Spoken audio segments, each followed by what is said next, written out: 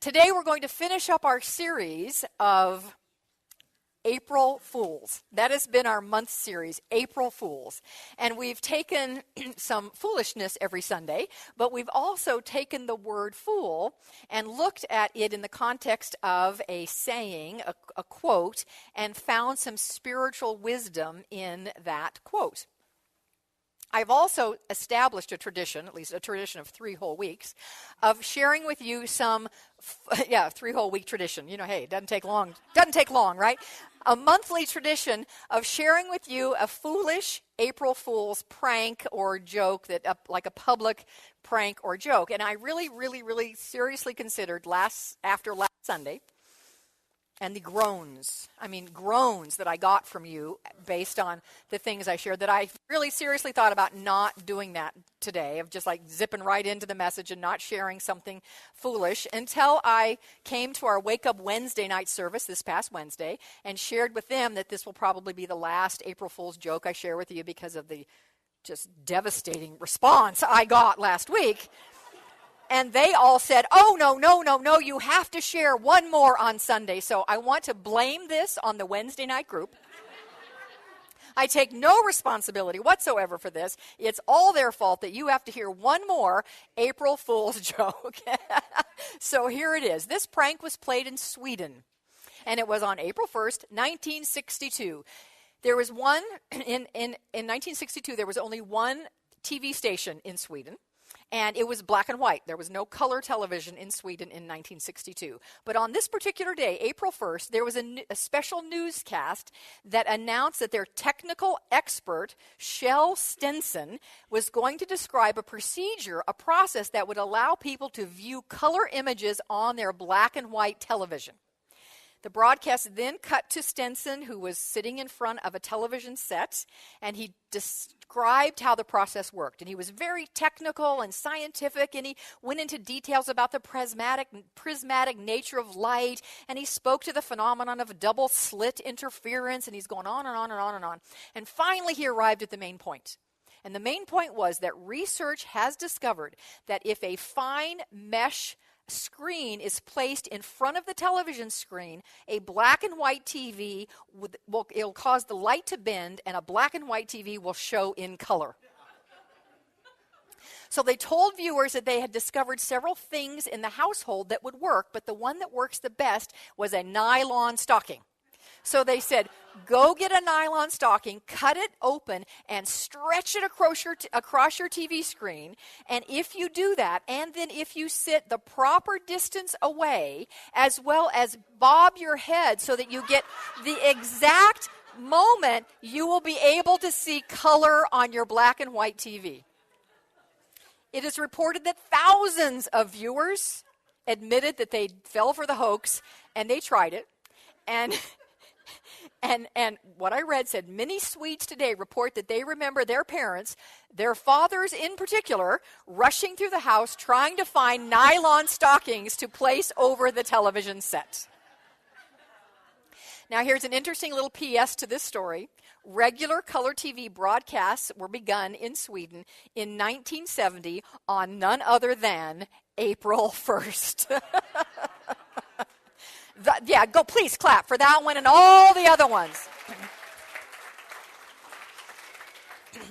Thus ends our journey through April 1st practical jokes. We're now done with that. And we're going to go, darn. And, there's always next year, right? And yeah, right. Except, we'll do it again on Wednesday. That's right. I may come up with a new one for you guys on Wednesday. How's that? And today we're going to talk about our final topic, which is the wisdom of the fool. Now, you may think, I've never heard that phrase. That's not a common phrase, and I've used common phrases, or relatively common phrases, the rest of the Sundays of this month. For example, the first month we talked about foolproof, which is, a common term. The second Sunday of the month we talked about fool's gold, which is a name for a particular mineral, iron pyrite, which looks like gold and fools people. And then last Sunday we had the phrase, it's not nice to fool Mother Nature, which of course, for those of us old enough to remember, was an ad campaign for chiffon margarine in the 70s and 80s. So all 3 terms we've used have been common terms, or common phrases. But today, the wisdom of the fool is not necessarily a common phrase.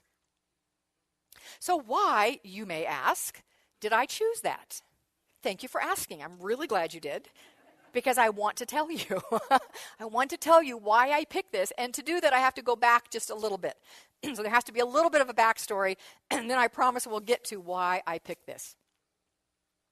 So I had an aha moment. This was many years ago and a long time ago in a galaxy far, far away, right?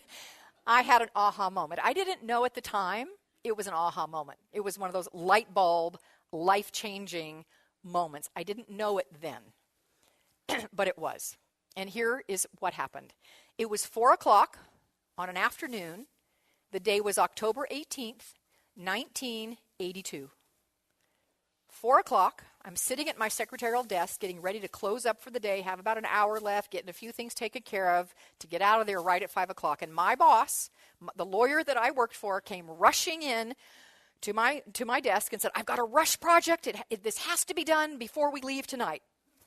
Well, I knew right then and there that 5 o'clock was not going to be the quitting time for me. And normally that happened all the time. That was not an unusual thing to have a rush project. But this particular day, I was not at all happy, because this day, October 18th, 1982, happened to be my birthday, my 30th birthday. Okay, quick, do the math, figure it out. Go. I'll give you a moment. Go ahead. Okay, you got it? Now you're back with me. Okay. It's my 30th birthday. 1982. Yep. Mm-hmm, yep. That's it. All right. Yep. Yep. Yep. Yep. Yeah. I do look good for my. Yeah, I agree. Yes.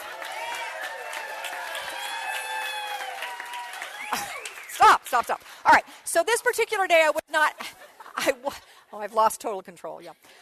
I was not at all happy at having to stay late, because, by the way, I had happy hour at 5:15 with a whole bunch of my friends at the local watering hole. I wanted to get there and celebrate my birthday in style, which is how I did it back when I was 30, right? And so I had a thought, and here was the aha moment. Didn't know it was an aha moment. The aha moment was, I said to myself, if I don't still want to be doing this when I'm 50, which at that moment was like ancient, if 50 was ancient. My, how things changed. If I don't want to keep doing that, be doing this when I'm 50, I need to make a change now. I had that thought. I went on, finished the rush project, got there to my party late and frazzled, but nonetheless got there. But that idea kept in me. If I don't want to be doing this when I'm ancient and 50, when I'm so old, I need to make a change now. That didn't leave me. And so what followed was another thought.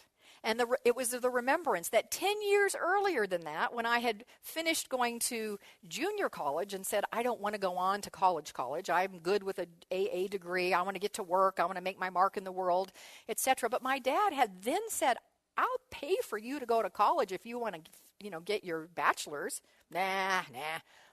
But my thought said, wow, if I'm going to do something about this, maybe I need a degree. And I wonder if that offer still stands. So I went to him and said, hey, you remember that? Does it still stand? And thankfully, and I'm so grateful that he said yes. I'm getting close to what this has to do with anything with our topic today. It really does, I promise. So that December, I quit work, and in January of 1983, I enrolled at ASU. Yay, rock on ASU alumni out there. Woo! Right? I enrolled at ASU. I took a full load because I wasn't working. I took a full load, 19 hours every semester, straight through summer school and all, so I could blast. My dad was paying for it. I wanted to get through this fast. And so I took full load every single semester, including summer school, so I could get through, and I got through in like a year and a half since I already had my AA. But I always took one class that was just for me, that was fun, that wasn't because I had to take it. And that always wound up being, oddly enough, and this is a little peculiarity of me, the class was in the English department. I loved English classes, grammar classes, literature classes, and many of them were classic literature classes. Specifically, two times I took a Shakespeare class because I wanted to learn more to appreciate the depth and brilliance of William Shakespeare. This leads us to our theme for today. What I learned in taking those classes, that in many, if not all, certainly all the comedies that Shakespeare wrote, there is the character of the fool. And the fool is either a court jester, so a real literal fool, or just someone who's kind of a buffoon. But that fool, at the critical moment in the progression of the play, says something to the hero that is deeply profound and wise. And whatever it is that the fool at that moment says to the hero, it changes the hero's life, changes their perspective on things, and they move forward in a different way. So it is the wisdom of the fool that shifts everything. That shifts everything. So I have always remembered that. And when I had the idea of doing April Fools as this month, that is exactly what I thought of. And that's like the first talk I thought of. This is going to be our grand finale. We'll finish up with the wisdom of the fool from the classic Shakespearean literature. Now I love how the universe supports things.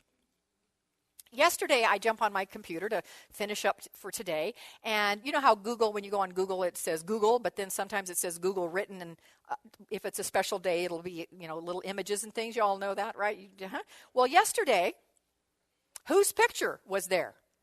William Shakespeare, with little snippets from plays, images that create the word Google, and I thought, well, now, thank you, God, for supporting my work tomorrow as we're going to talk about Shakespeare a tiny bit.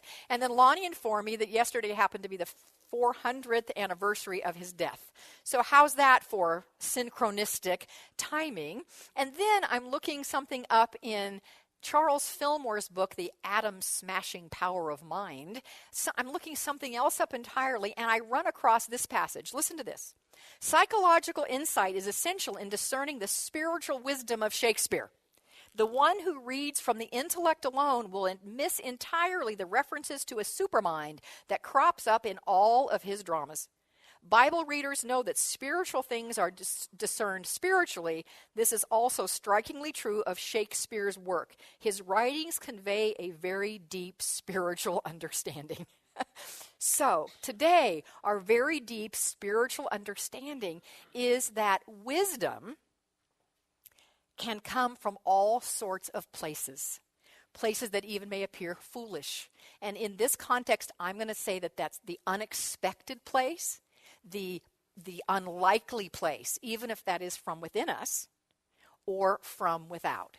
So our wisdom of the fool this morning is to be open to receive wisdom, guidance, direction from all sorts of unexpected or even unlikely places. But where does that wisdom really come from? Those unexpected, unlikely places are channels, right, for the wisdom, but it really comes from infinite intelligence, right? Divine source, Mother, Father, God, that presence and power of profound wisdom, that's where it comes from. But God is forever looking for a vehicle, a channel, if you will, to deliver its wisdom and message. And Ernest Holmes, our founder, speaks to that when he says in our textbook, the divine mind is infinite. It contains all knowledge and all wisdom. But before it can reveal its secrets, it must have an outlet. This outlet we shall supply through our own receptive mentalities. So, my question for you this morning is, are you open to wisdom coming from unlikely and unexpected places? Always. I love it. I hope that I'm affirming and knowing that that's true, not just because you're saying it here this morning because that's what I wanted to hear, but that you really are. I do know that sometimes we get a little confused as to, was that really wisdom or is that foolishness, right? Is that really wisdom coming from the source of infinite wisdom and divine intelligence, or is that coming from my mind, my monkey chatter, my focus on the condition, my ego? Where is it coming from? So no matter what the delivery system is, I want to give us some ideas about how to discern that it really is wisdom. No matter, even if it feels like it's coming from a foolish place, what really is divine wisdom, which is what we want to live our lives by, right? We want to live our lives and be guided by divine wisdom. And I love this passage from the Torah. It says, happy and free are those who find wisdom. She is more precious than jewels, and nothing you desire can compare to her. So wisdom is what we want to seek. So let me give you a couple of suggestions and ideas to help you discern when it truly is divine wisdom coming from whatever channel source it might be coming from. First of all, oftentimes when we are in a situation, need to have a decision reveal itself, need to get a direction, need to figure out what to do, we will do a whole linear and brain thing, right? We'll process it, we'll think about it, we'll do the pros and cons and all blah, blah, blah, blah, blah. And nothing wrong with that. That's fine. That's fine. Using the brain that we have, it's good. It's very fine. And it can be very different from this bolt of lightning that hits us as an aha, oh yeah, that's the direction. I had that 33 years ago. 4 years ago. 34 years ago, I had that. As I sat there at my desk, if I don't want to be doing this when I'm 30, I need to make a change now. That hit me like a bolt of lightning out of the blue. So wisdom will hit that way. It isn't necessarily the well thought out, how am I going to do this? What's the consequences of that going to be? It wasn't measured and plotted. It's just there. So as I'm saying these things, I want to invite you into a reflection. I always like to make this very personal, not just me yammering. I could yammer for a long time, but I want it to be meaningful to you. Be thinking about it. Can you tell that? Have you seen a time in your life where, oh yeah, it hit and you knew that was it? Versus I plotted, I thought, I planned, and maybe that wasn't so much it. To just be thinking about sometimes it's the out of the blues that are really deep, profound wisdom. Also, kind of related to that is it coming from your head or your heart? Very related. Is it coming from your head or your heart? Your head will be logical. It'll argue. It'll say no. It'll give you all the reasons why that doesn't make any sense, right? All these things. But your heart will say, I'm not listening to any of that because I just know this is the right thing. Or someone may deliver that message to you and your heart goes, oh yes, that's right. So I want to give you a really silly example of that and then a very serious example of that. The silly example shows up in a movie. And it was a movie from the 80s. It came out when I was in school. And it's called Splash. How many of you remember Splash? Oh, Tom Hanks, one of my favorite actors ever, was the lead, and he played Alan. And John Candy was his brother, Freddie, who was the fool. Freddie was the fool, and then Daryl Hannah played Madison. So if those of you remember the movie and what it was all about, right? So Alan meets Madison, and they fall in love, madly in love. And Alan has been looking for love all his life, and finally here she is. This is his dream woman. They are passionately, madly in love, and then he finds out a little tiny problem. Right? The little tiny problem is that she's a fish. She's a mermaid, right? So if you haven't seen this movie, you have to go get it. It's so sweet and fun. And one of the reasons, little aside, just a little more from my schooling, that movie has classic Shakespearean, it's classically Shakespearean in all of its elements. It has every element of a classic Shakespearean comedy. And I can tell you what they are. I won't do that now. But it's beautifully constructed. Ron Howard, rock on. He directed it. It's such a sweet movie. But there is a fool in it, and that fool is the brother, Freddie. He's a buffoon. All right, so Tom Hanks, this character, Alan, finds out that she's a fish. He's not very happy. He's angry. He feels duped. How can I be in love with a fish? This isn't going to work. I've looked for love all my life, and now this is what happens. He's in his brother's office, and he's complaining, and his brother, the buffoon, the fool, the wisdom of the fool. Remember, the fool says something that turns the hero's life around. The brother looks at him, and basically, summary, he says, you mean to tell me you've been looking for love all your life? You have found a love like nobody has. Nobody has ever been as happy as you are. I'll never in my life be as happy as you are. And you're going to let it stop you just because she's a fish?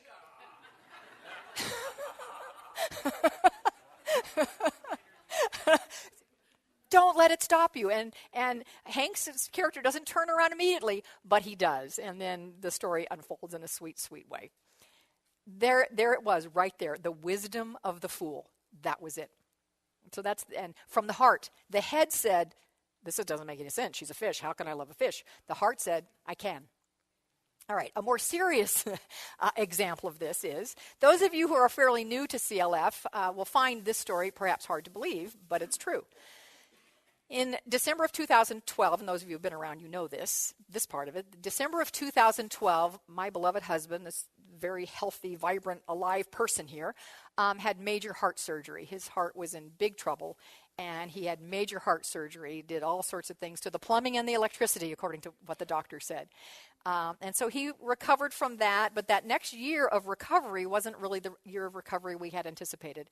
And he started going downhill again and having the same symptoms that he had had before an 8-hour, 4-month recovery surgery. And the following January of 2014, we find him back in the hospital, not doing well at all. He's just had a procedure. Doctor comes out and says to me, look, I just need you to know we've done everything medically we can do for his heart. He's got new plumbing, he's got new electrical, he's got this, he's got that. There's nothing else that can be done for his heart. His heart is just damaged. And the only thing that can be done for his heart is he needs a new one. Well, that was a bit of devastating news. So I go back into his room, and he's kind of groggy because he's just had this procedure. And he just says to me very quietly, Michele, I want to go to Brazil. Excuse me. He says, I want to go to Brazil to a healer I've been studying. I want to go see John of God. I think that's what I need. And my brain said, well, I won't say what my brain said.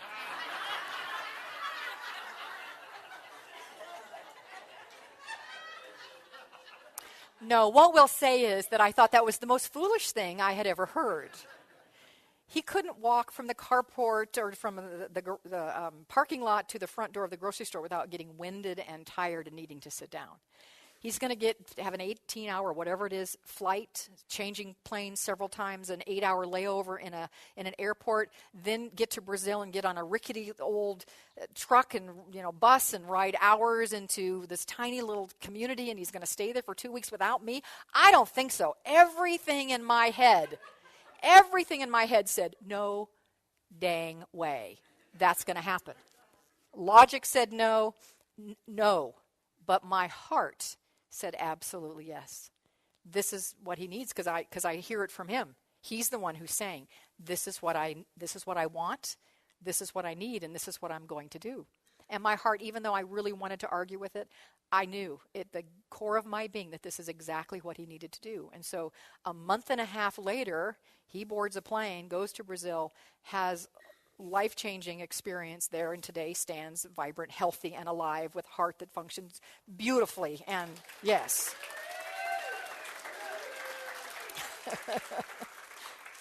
Yeah. So that's the difference between the head and the heart in terms of listening to that guidance. It'll hit you in your gut. It'll hit you in your heart. You will know that it is the divine, and it's not necessarily logical. It doesn't necessarily make any sense, and yet you will feel it. So a couple of other ways, briefly, two more ways very briefly to know the difference, if you will, between a foolish message coming across and one coming from that place of divine wisdom, regardless of the delivery system. Is it based on fear, or is it based on love? And so fear, if a decision that you are looking to reveal, or if an outcome you're looking to create, if you're trying, so here's the key, and take a breath. Some of us were going to need to breathe through this. I do, breathe through this. If we're trying to control it, control the situation, make sure that we've got everything all sorted out and figured out, laid out. If we're trying to manipulate control, we are coming from fear. Dang it. Yeah, right? Love is expansive. Love says, I may not know the full outcome of this. Love says, I trust that this message that I'm getting, and that I trust that the universe is here to support me in all ways, always. And I trust that there is something bigger for me. And so I am not going to try to control it and constrict it, but rather be open and receptive. So if you're in a place, or you've heard, somebody told you something, you should do this and this, touch in. Is that coming from a place of constriction and control? Or is it coming from a place of expansion and possibilities? Constriction, control, fear. Expansion, possibilities, love. If it's coming from love, that's wisdom. Listen to it. That's wisdom. No matter who's delivered it, listen to it. The second way, or the other way I want to tell you about today is it coming from scarcity or abundance? Also kind of constriction or expansion. Scarcity says there's not enough.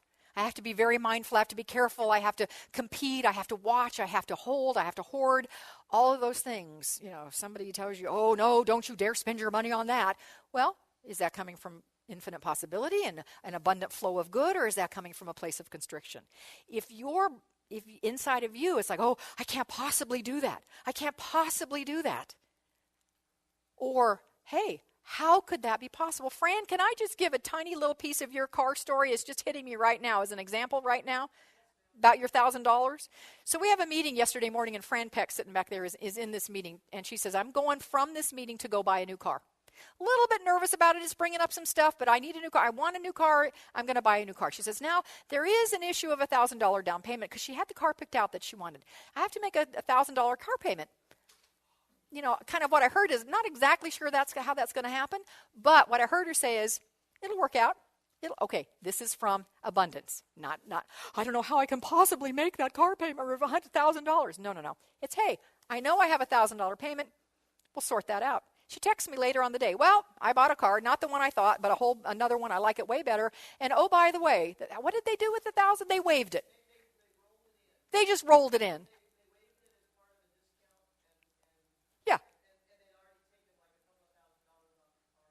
So there it goes. She didn't have to come up with $1,000 because the universe took care of it for her because she was in a position of abundance, listening to her inner wisdom. It's time for a new car. That's guiding her. And she came from a place of abundance versus scarcity. Perfect. I didn't think about that example in first service, but it just hit me now. So thank you for letting me use you as Exhibit A sitting back there, Fran. I really, really appreciate it.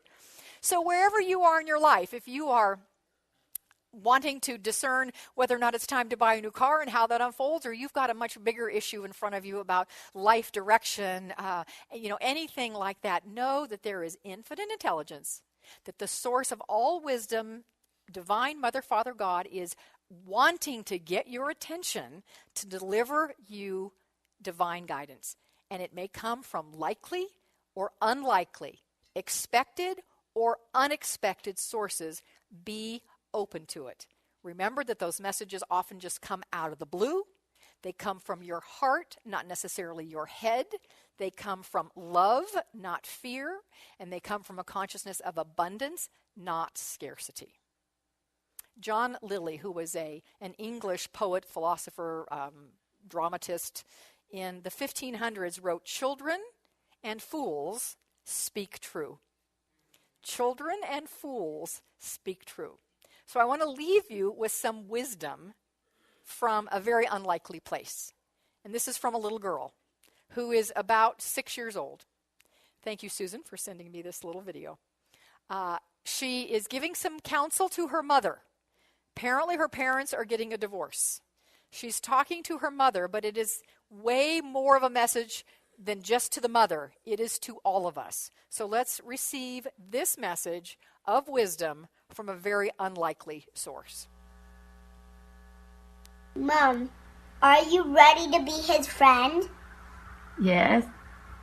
Try not to be that high up to be friends. I want everything to be low. Okay? Okay. Just try your best. I don't want you and my dad to be replaced and meanies again. I want you and my dad to be placed as settled and be friends.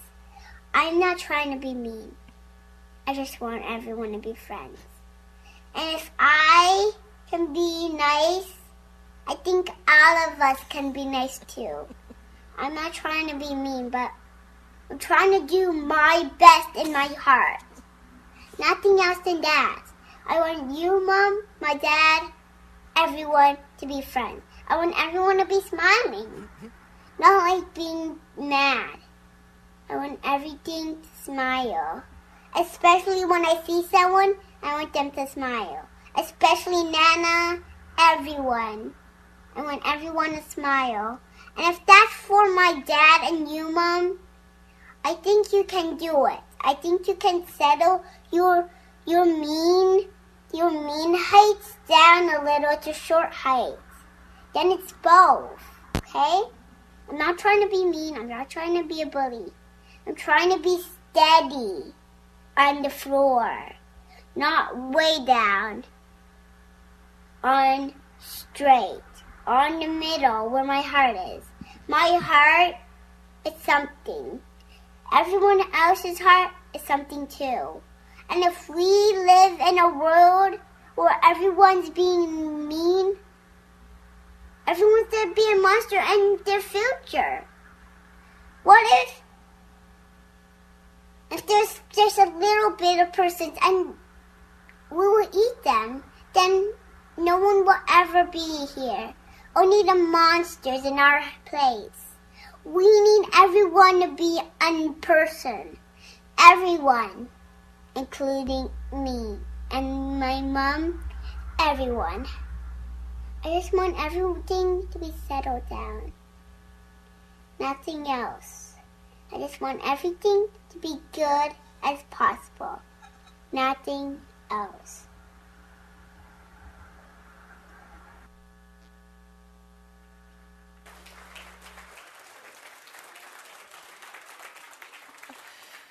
So let us take a moment to settle down, come into our heart, and simply know that the power and presence, the wisdom, the divine intelligence of God is right here, right now, all around us, expressing as everyone and everything around us.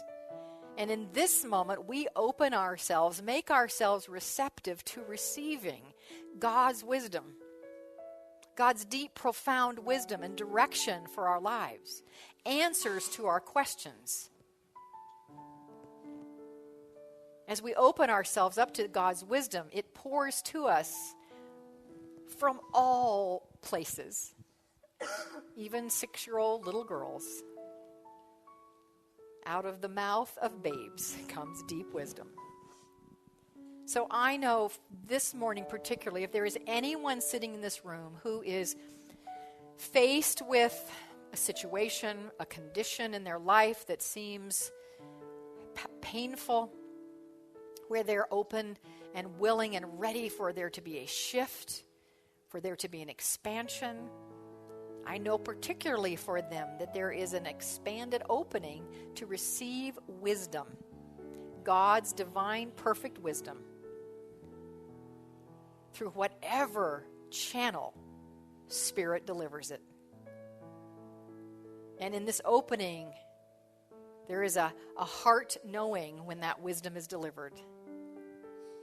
Because it's based on love. It's based on the idea of abundance. It's good. Oh, so very, very good. We know, therefore, that we are constantly, always and in all ways, supported by this universal presence, this universal intelligence, that it is impossible for us to be alone and without guidance. We are guided every step of the way by divine wisdom. For this I am grateful. I celebrate that this is so, and I know that this prayer has already been made manifest in the invisible, and it is now being made manifest in the visible through our lives. So I rejoice in that, I celebrate in that, and I release and let go. I let go and know. I let go and trust. Together let us say, and so it is.